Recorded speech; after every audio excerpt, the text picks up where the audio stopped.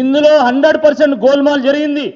తప్పకుండా ఇందులో పెద్ద ఎత్తున స్కామ్ జరిగింది, మనీ ఎక్స్చేంజ్ అయిందని చెప్పి చాలా స్పష్టంగా అర్థమైతే ఆధారాలతో సహా మేము ఈ నిరుద్యోగులు పెట్టినటువంటి సోమాజీ కూడా ప్రెస్ క్లబ్లో పెట్టినటువంటి ప్రెస్ మీట్లో కూడా మేము వాదన చేస్తే నా మీద ఆ రోజు ఏం చేసిండు, పరువు నష్టం దావా నోటీస్ పంపించింది.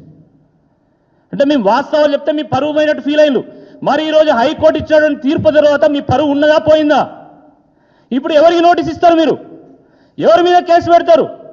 అదే ఇలా ఉద్యోగాలు లేదో గందరగోళం జరిగిందని చెప్పి మా శాసనసభ్యులు కౌశిక్ రెడ్డి గారు వాదిస్తే వారి మీద ఎస్సీ ఎస్టీ కేసు పెడతారా?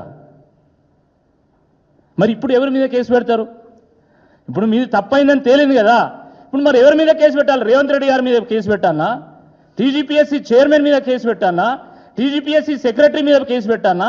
ఎవరి మీద కేసు పెట్టాలనో ఒకసారి స్పష్టంగా చెప్పాల్సినటువంటి అవసరం ఉంది.